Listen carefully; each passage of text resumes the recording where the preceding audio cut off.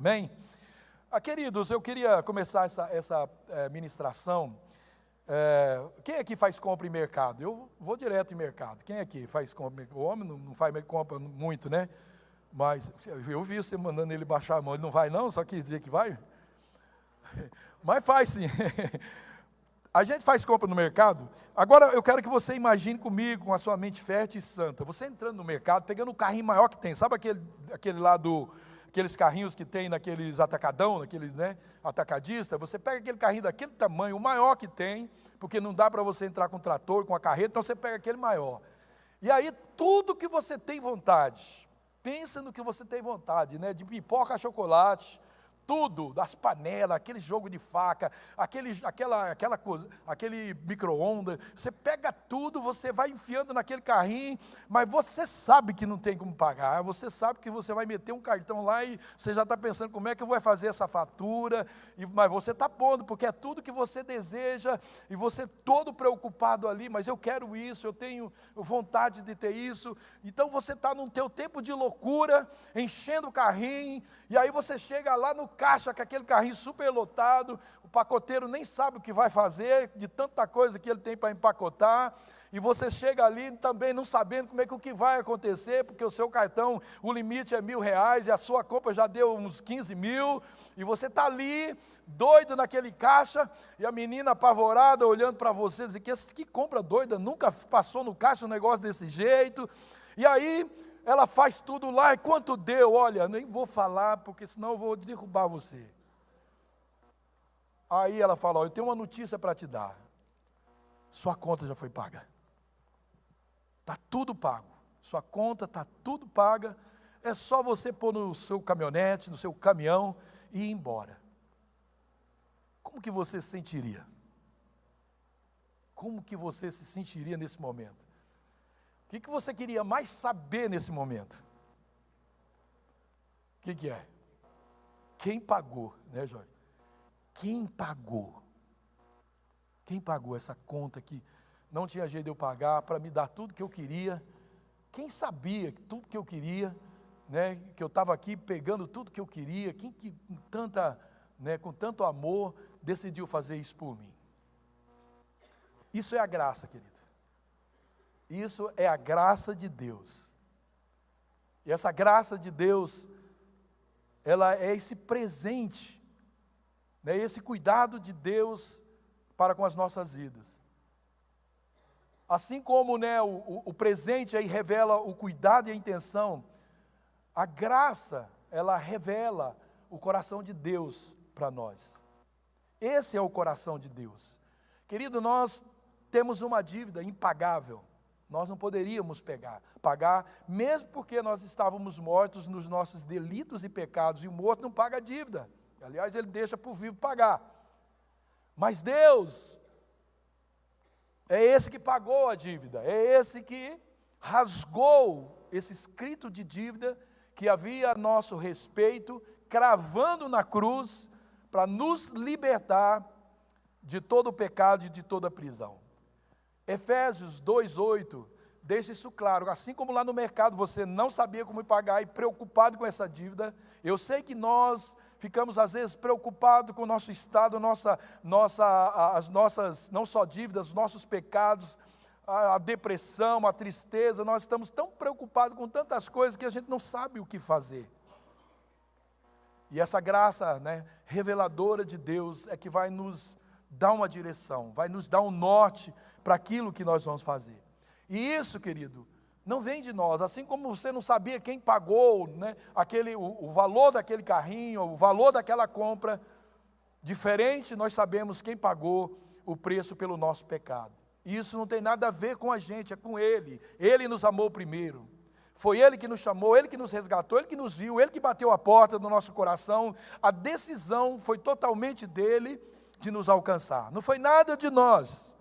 Tanto é verdade que hoje você me vê pregando aqui, mas demorei 30 anos para reconhecer que um Deus já tinha pago a minha conta. Eu quis comprar tanta coisa e eu não dei conta de pagar. E eu me tornei um cara infeliz, porque estava sempre endividado, com o senso, não é dívida financeira, mas sempre aquele senso de que eu devia alguma coisa para pessoas, eu devia alguma coisa para os céus, aquele senso que eu estou pecando, será que eu vou para o céu ou para o inferno? Querido, quando recebemos a graça do Senhor, nós temos, por isso que crente é meio chapado, meio doido, porque a gente sabe para onde vai. E não é porque somos perfeitos, é porque alguém pagou a minha dívida. Eu não devo mais para Satanás, eu não devo mais nada, porque Cristo agora direcionou a minha vida pela sua graça. Efésios 2:8 diz, na linguagem Nova Versão Internacional, diz assim: pois vocês são salvos pela graça, por meio da fé, e isso não vem de vós, é dom de Deus. Antes da gente orar, eu queria que você ficasse em pé, e por causa desse dom, dessa maravilhosa graça, você desse um brado de vitória e um aplauso muito forte por aquele que graciosamente alcançou a sua vida. Aleluia! Dê glórias a Deus! Dê glórias a Deus! Aleluia! Vem aqui, meu bem. Minha esposa vai me ajudar porque eu já estou quente. Eu já estou pegando fogo. Tá fogo aí? Já estamos pegando fogo? É só o começo, amém? Minha esposa vai segurar minha blusa de baixo para tirar de cima, porque tem neguinho aqui que fica esperando uma brecha para tirar foto da minha barriga. Não vai tirar hoje.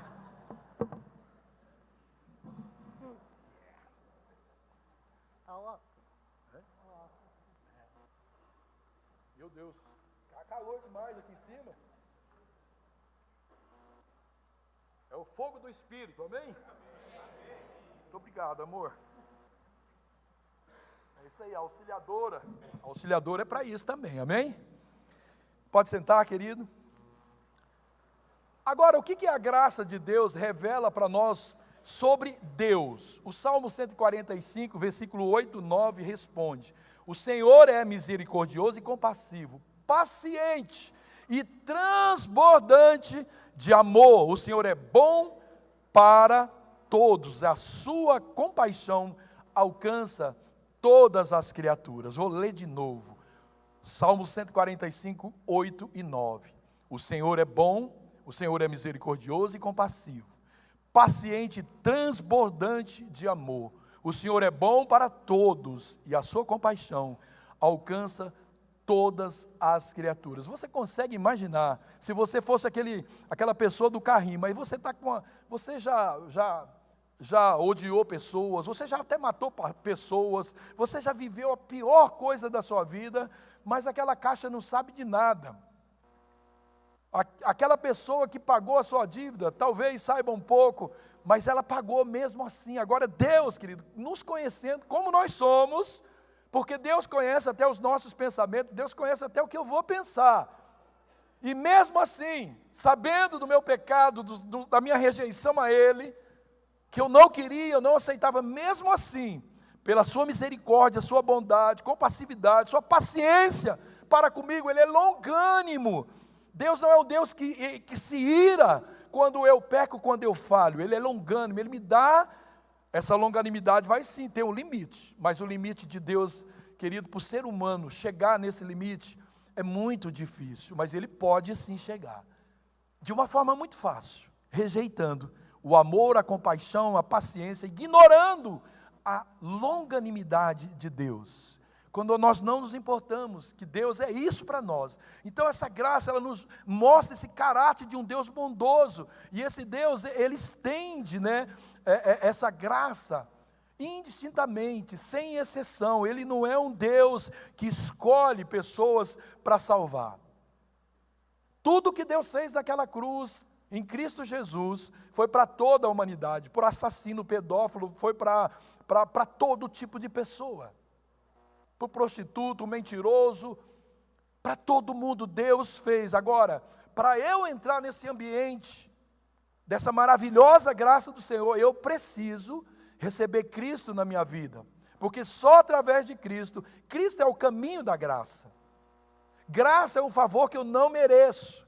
É tudo que eu não merecia. Eu merecia o castigo, recebi graça, perdão, misericórdia e o amor de Deus. Eu merecia ir para o inferno. Graciosamente, sem nenhum mérito, sem eu fazer nada, Cristo se ofereceu naquela cruz para que eu tivesse o favor de Deus, sem pagar nada, sem gastar nada e sem nenhum esforço. Mas eu preciso voltar o meu coração para esse entendimento. O que é que a graça revela sobre nós? Romanos 3, 23 a 24 e 24 diz: pois todos os pecados estão destituídos, estão longe, fora da glória de Deus, sendo justificados gratuitamente por sua graça, mediante a redenção que há em Cristo Jesus. Não dá, redenção é compra, é pagamento. Jesus pagou a dívida. Mas, querido, se você fosse o dono daquele carrinho e você chega lá, alguém pagou, não, mas eu quero pagar de novo. Não aceito o pagamento. Eu vou pagar de novo, eu não aceito.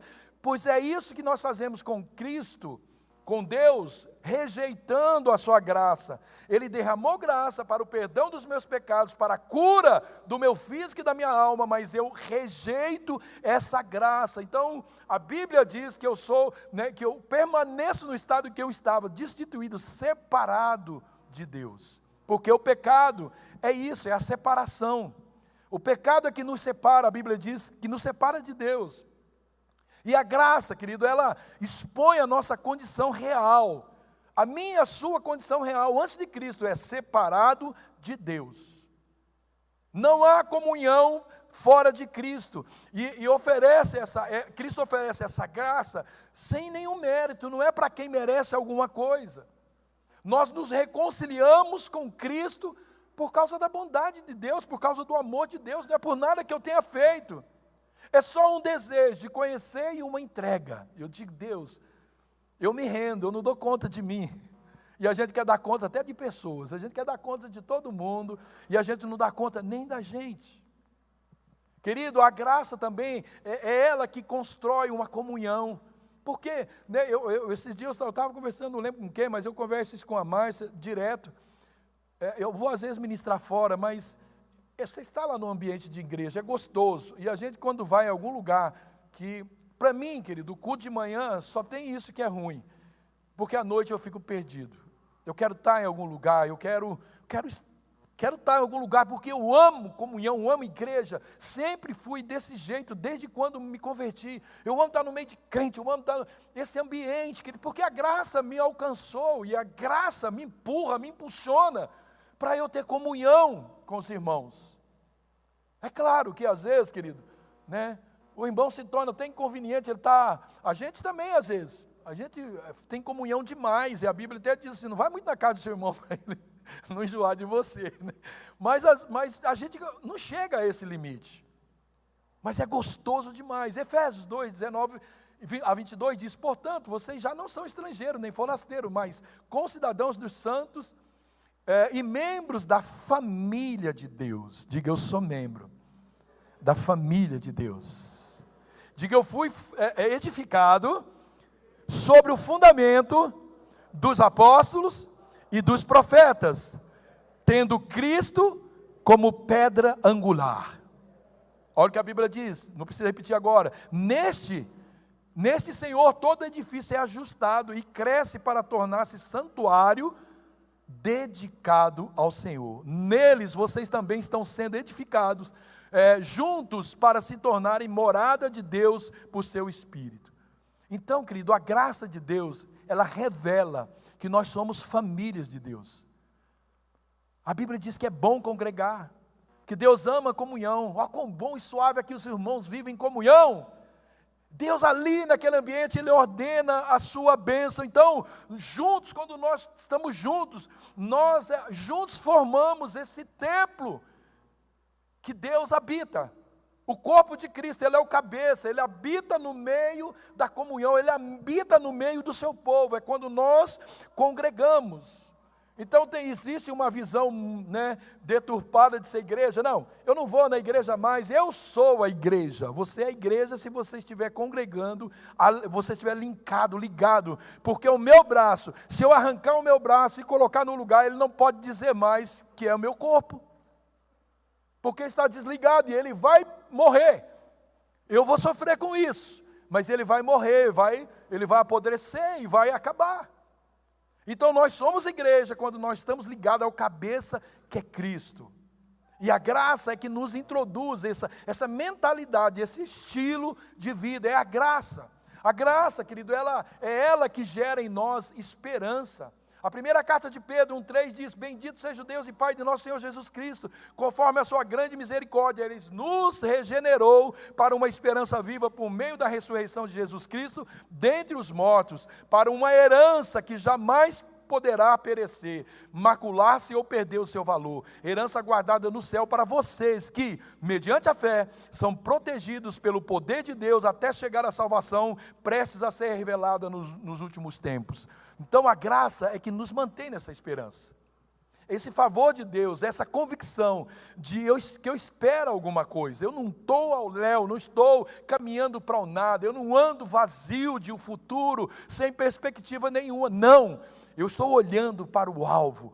Eu estou esperando, em meio às minhas dificuldades, em meio às minhas lutas, tribulações, né, Kalinka, Danilo? Eu estou olhando para o alvo, eu estou focado numa esperança eterna, uma coroa que ninguém pode tirar de mim. Só eu posso negar-se essa coroa, mas ninguém pode tirar. Eu estou olhando, eu tenho essa esperança de que a graça me introduz nesse lugar de fé e de expectativa, de esperança, aonde? Na ressurreição. 2 Timóteo 2,11, fiel é essa palavra: se morremos com Ele, também com Ele viveremos. Morra com Cristo, querido, porque a menos que morramos com Cristo e para nós mesmos, nós não temos, vivo não tem como ressuscitar, só morto ressuscita. Olha que coisa deliciosa, né?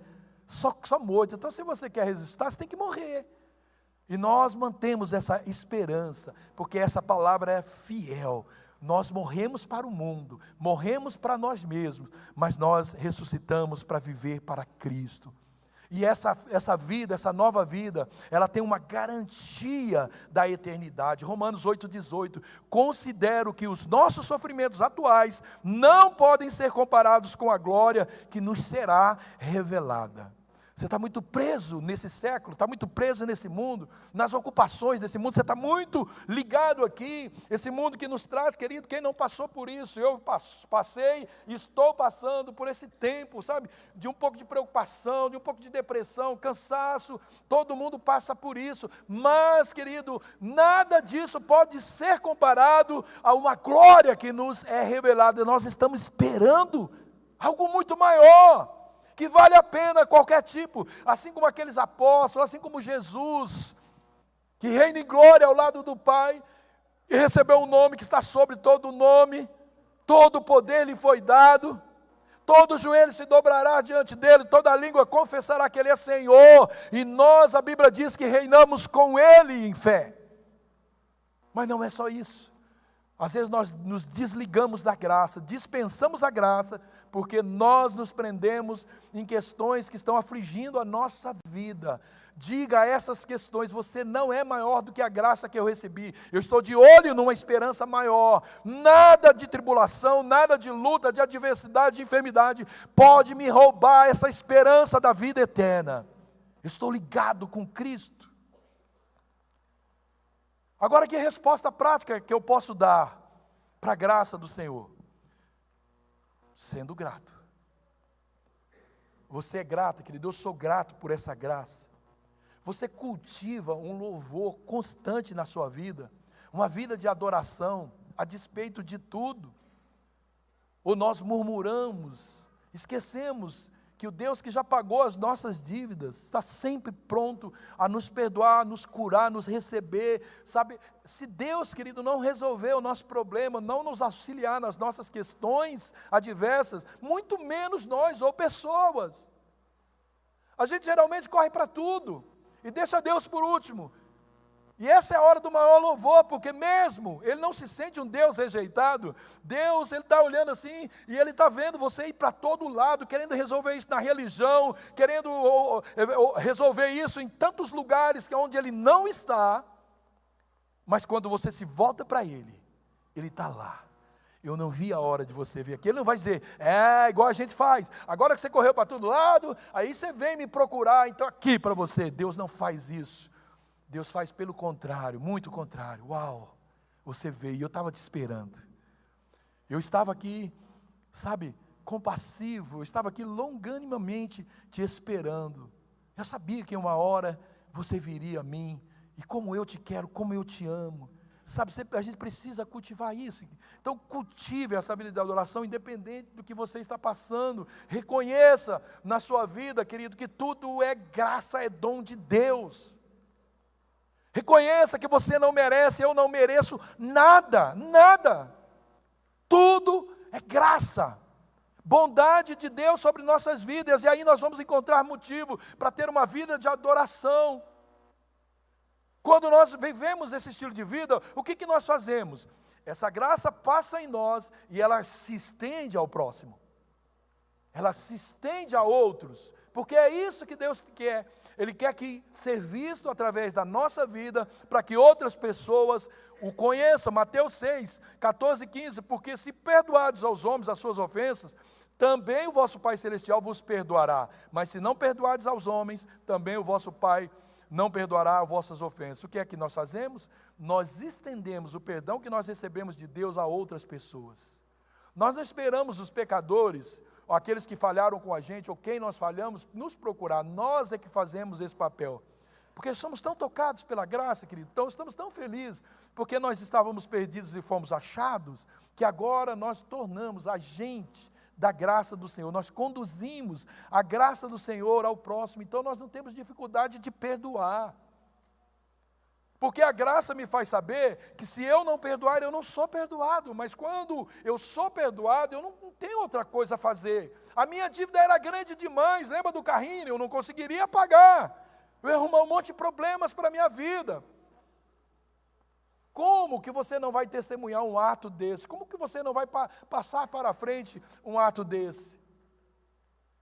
Querido, é para isso que você ainda está nesse mundo. Você já não partiu daqui, porque Cristo precisa de ser visto. Ele derramou uma graça, Ele salvou você, para que você testemunhasse essa salvação. E a graça também, ela revela a nossa missão, a nossa esperança, com um testemunho autêntico. Nós precisamos testemunhar.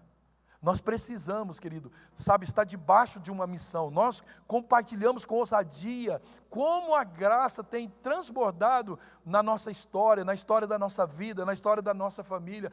Eu, como a Márcia falou aqui, querido, eu poderia ficar aqui, não estou brincando, pelo menos uns 10 cultos, contando tantas bênçãos, tanta graça que nós já recebemos do Senhor. Livramentos. Tantos livramentos que a graça do Senhor tem nos sido revelada a nós, querido. Tantos milagres. E eu tenho certeza que na sua vida não é diferente. Querido, quando eu olho para tudo isso aqui, querido, as pessoas lá de fora, porque elas olham tudo, essa aqui ainda não vê tudo, porque se vê o que tem lá para baixo, aí vão falar mais ainda. Essa igreja dos ricos aqui, querido, a gente nunca teve dinheiro. Para você ter uma ideia, o mês passado eu não consegui receber salário. A gente não tem, nunca teve. Mas é tudo milagre isso aqui. Cada prédio, cada tijolinho aqui é uma história de milagre. Ninguém fez alguma coisa aqui porque nós temos 1 milhão, 500 mil, 100 mil, 50 mil guardados. Não! É porque a graça, o favor de Deus se manifestou diante da sua família, do povo de Deus. A graça do Senhor. Então, queridos, pastores, igrejas de fora, eu fico maravilhado quando vem aqui. E eu conto a história de milagres. Cada lugar aqui é um milagre de Deus. Não é a capacidade humana. A única coisa que nós fazemos e tudo, cada edifício aqui, cada lugar aqui aconteceu por causa de oração. É um desejo no coração e joelho no chão, orando. Senhor, se for possível, faça isso. Se está na tua vontade, faça isso. Tem um plano com as crianças, tem um plano com jardim de oração, tem um plano com restaurante, uma quadra, é tudo isso aí, esse prédio aqui, tudo, querido, é graça do Senhor, não foi talento de ninguém. A nossa responsabilidade faz parte desse projeto que a missão tem para cada um de nós. Você já descobriu que missão a graça proporcionou para você? Eu posso te garantir, querido, que não é permanecer a vida inteira sentado num banco de uma igreja. Você tem uma missão especial. Deus te chamou para algo específico. E nós precisamos compartilhar isso com ousadia, como essa graça, ela transformou a nossa história pessoal. Porque tem muito crente que vive de história dos outros. Ele conta testemunho, ele já ouviu testemunho de todo mundo na internet. Mas conta o seu. Ele parece que não tem uma história, mas quem é que não tem? Eu, do primeiro dia que eu entrei no lugar, sem nunca ter lido a Bíblia, sem nunca ter ido numa igreja, eu, primeira vez, com 30 anos, entrei naquele lugar, eu tenho uma história maravilhosa para contar daquele dia. Aliás, é a história mais linda da minha vida, foi aquele dia 28 de dezembro de 1989, quando eu entrei naquele lugar. Essa história nunca foi apagada da minha mente. O dia que a graça tomou conta de todo o meu ser, e é o meu melhor testemunho. A graça, ela nos leva a olhar além do nosso tempo, querido. Ela firma os nossos olhos na herança eterna, aquilo que nos aguarda. Ela firma essa convicção. Nós passamos a viver a nossa vida sobre a luz dessa graça. Nós não caminhamos mais na escuridão, nós temos uma luz. Gálatas 2:20, eu fui crucificado com Cristo. Assim, eu já não sou eu quem vive, mas Cristo vive em mim. E a vida que agora eu vivo-a pela fé no Filho de Deus, que me amou e se entregou por mim. Eu não tenho mais uma vida, sabe, do meu jeito.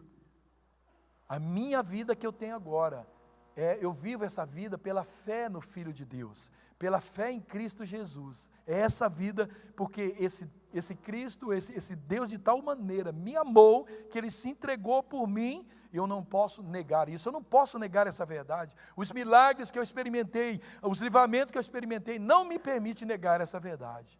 Agora, como é que eu vou viver praticando esses princípios? Identifique, confesse e age. Diga comigo, identifique, confesse e age. Porque, querido, a gente identifica coisas na nossa vida e fica por isso mesmo. Nós identificamos pecado, fica por isso mesmo. Nós identificamos uma vida, mesmo como cristãos, mesmo, às vezes como um obreiro, mesmo como pastor, identificamos áreas da nossa vida que precisa confessar. E precisa de uma ação. E nós não fazemos. Então comece, querido. Comecemos, a identificar áreas que nós estamos dependendo, ainda querendo depender das nossas forças. Então, querido, nós precisamos orar nesse momento para ter a ousadia de se render. Essa área eu não dou conta, eu estou com problema nessa área faz tempo, eu tenho lutado, eu não dou conta. Eu me rendo, Deus. Eu não quero mais lutar com as minhas forças, eu vou me render. E aí, o próximo passo, depois que eu me rendi, eu vou confessar a Cristo essa necessidade. Vou ser honesto, sincero. Querido, como é ruim ouvir a confissão. Alguém chega em você, pastor, a gente orienta, num determinado ponto lá do encontro. Chega assim, pastor, eu pequei muito. Mas quem não sabe que você pecou muito? Dê nome aos bois. Eu roubei, eu matei, eu adulterei, eu traí, eu menti, caluniei, falei mal, eu sou fofoqueiro, eu sou estúpido, sou violento em casa. Dê nome ao seu pecado. Deus conhece, então a gente vai esconder de quem? Mas quando confessarmos aos outros, não seja, querido, hipócrita, dê nome. Porque com Deus nós somos perdoados para a nossa redenção. Para as pessoas nós somos sarados nas nossas feridas. Tem muita gente doente. Aliás, câncer, querido, tem uma grande probabilidade de se originar em mágoas e ressentimentos, porque resiste em confessar pecado, resiste em manter uma vida odiosa, rancorosa, portanto permanece doente. Então diga não às suas próprias forças e diga sim, para que a graça do Senhor, que é esse poder encorajador de Deus, nos vença nessas questões. Então confesse a Cristo a sua necessidade, reconhecendo que Ele vive em você. Age por fé, deixe que a graça, não o medo, nem a obrigação, possa guiar suas escolhas, o seu testemunho. Porque às vezes nós viemos na igreja com medo de ir para o inferno. Tem muito crente que vai para o inferno. Aliás, o diabo é o melhor crente que existe. Porque a Bíblia diz que ele crê e treme. Crente até o diabo, é a Bíblia, está escrito na Bíblia, é isso, querido. Mas ele não segue a Cristo. Ele não vive Cristo. E tem muito crente na igreja, querido. Eles são crentes, eles creem em Deus. Mas isso não basta. Jesus não chamou, quando ele chamou seus discípulos, aqueles 12 homens e outros mais vieram, ele não disse, vem, crê em mim. Não, ele disse, arrependei-vos, porque é chegado o reino de Deus. Vem e segue-me. Existe um caminho. Eu sou o caminho, a verdade e a vida. Ninguém é meu Pai senão por mim. Existe um caminho, eu preciso trilhar por esse caminho. Então, queridos, para que isso aconteça, eu preciso mudar o meu caminho.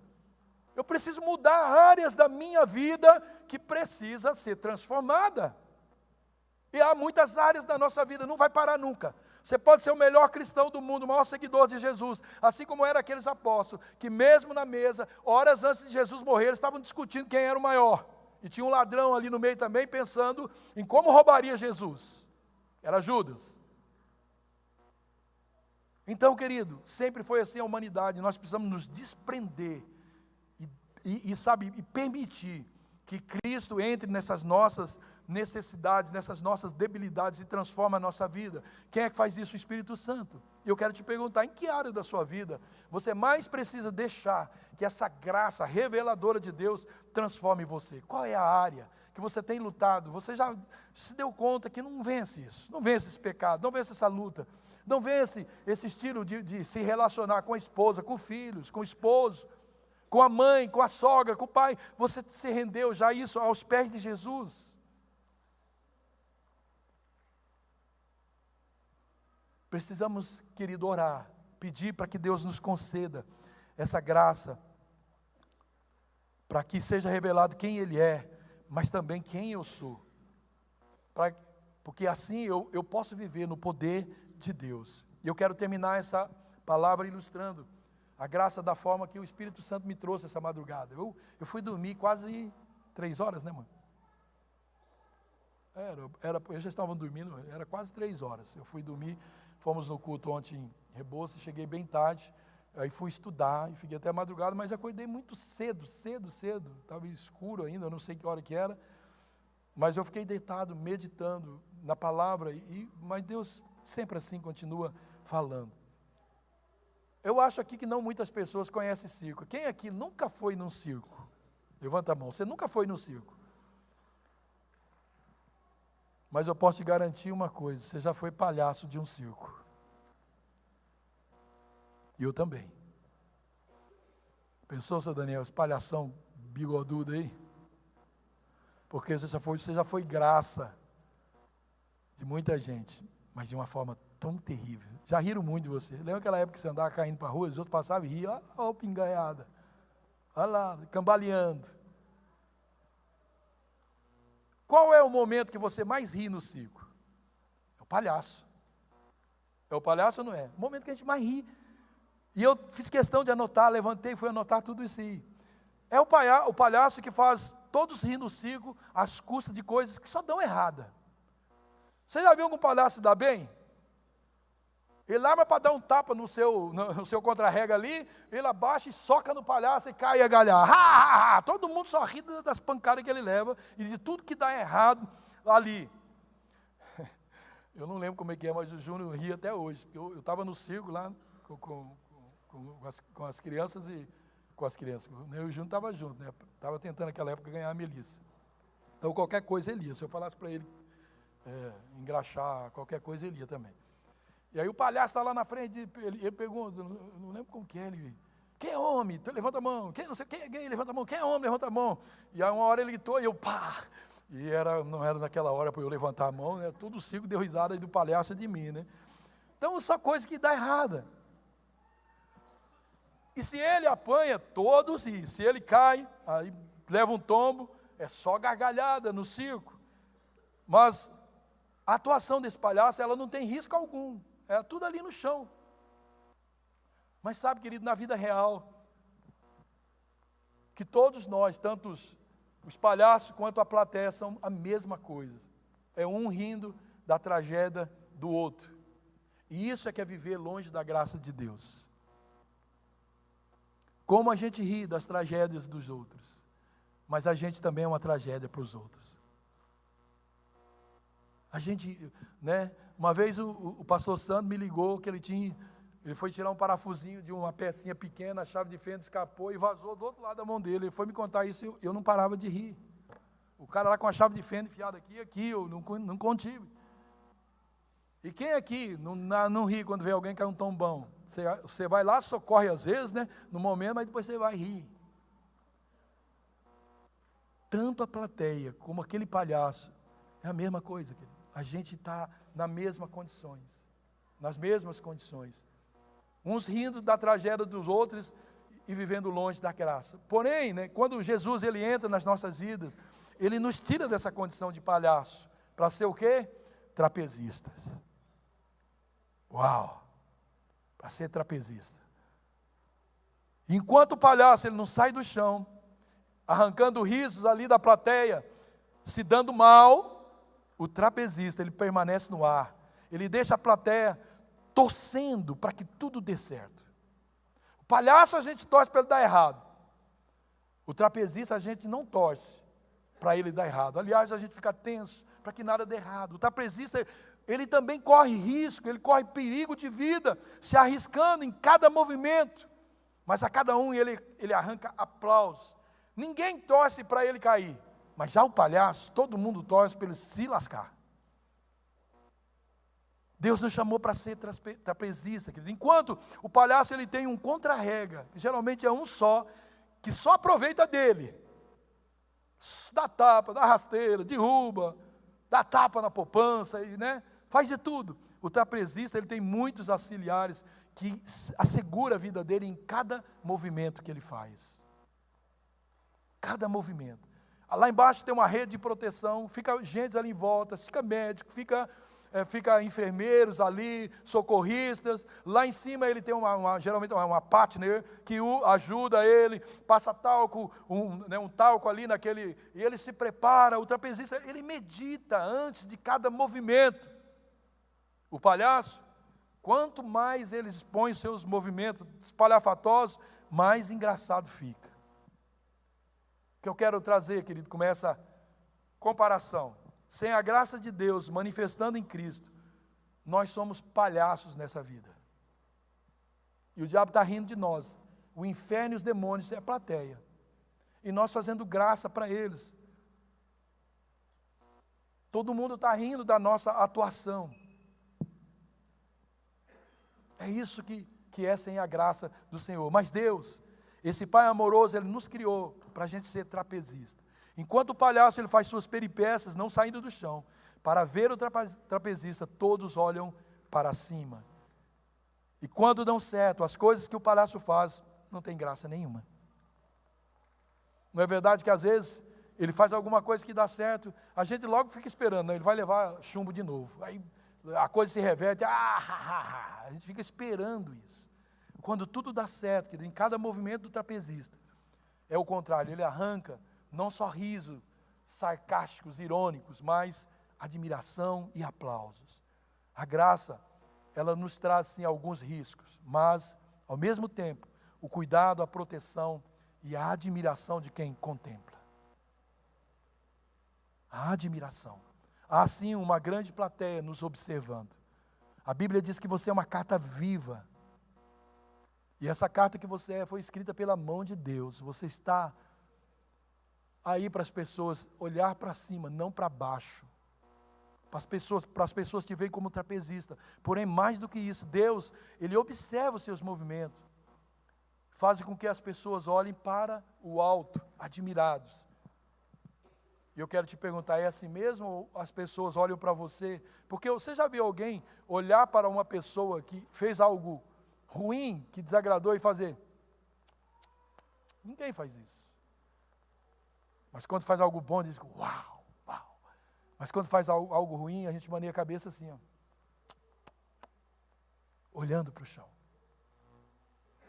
Deus quer que você seja uma admiração para esse mundo. Deus está te observando. E isso faz com que as pessoas olhem para o alto admirados. Não é para o chão. Não é rindo ironicamente. Nós, querido, não somos palhaços dessa vida. Nós não somos escravos das circunstâncias erradas, mas nós somos filhos do dono do circo dessa vida, amém? onde Deus nos coloca como atração para esse mundo. Somente quando você é uma atração, Cristo é visto. Assim, eles vão olhar para cima e eles verão e eles se renderão à maravilhosa graça do Senhor. Eles se renderão à maravilhosa graça do Senhor. Aleluia.